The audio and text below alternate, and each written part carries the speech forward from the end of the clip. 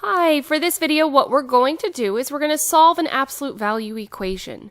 With an absolute value equation, you have to remember what an absolute value is. If you remember, the definition of absolute value is it's the distance from zero. So if you think about a number line, on a number line, if you're thinking of all of the values, there are two numbers that are 24 places away from zero. So 24 to the right, positive 24, and negative 24 both have a distance of 24 units from zero. So when you're solving an absolute value equation, you have to keep in mind that there is two possible values that have an equal distance from zero. So from 0 to 24 is 24 units, from 0 to negative 24 is also 24 units from zero.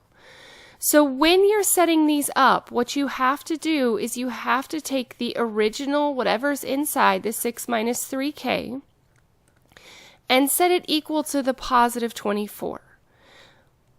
We also could take the absolute value, this inside part right here, could also be negative 24 because negative 24 is also 24 places from zero.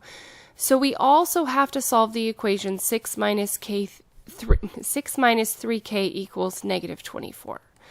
So you would solve both of these individually. So our goal, remember, is to get k by itself.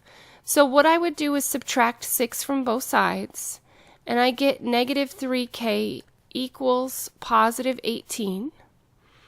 And then we would divide both sides by negative 3. So our first possible value is negative 6. We always want to check to make sure that it works, that we didn't make a mistake somewhere along the way, and also just to make sure that the value does give us what we wanted it to. So we would just plug it back into our original equation. We would replace the k with negative 6, and we would see, is this equal to 24? Remember, you always want to check it before you say that this is for sure our answer.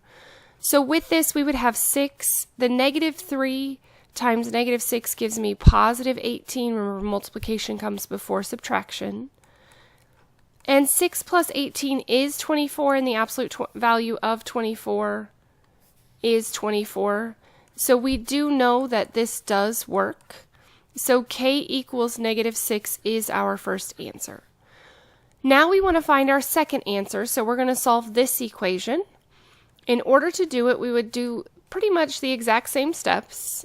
We just have different values. So this time, since we have negative 24 minus 6, you would put, this would end up being negative 30 instead of the positive 18 as we had last time. Then we would divide both sides by negative 3.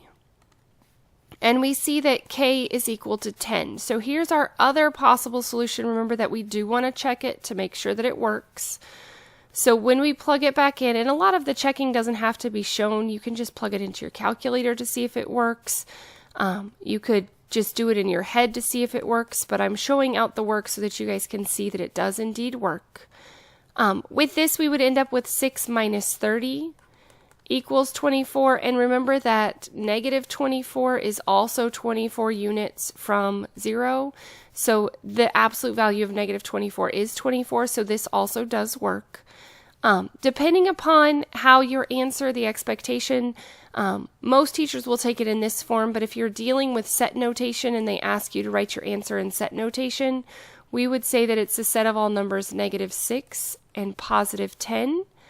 And this would be our answer in set notation. As always, thanks for watching. Please continue to check out all of my video content. If there are any suggestions or things that you need me to work on, please just let me know.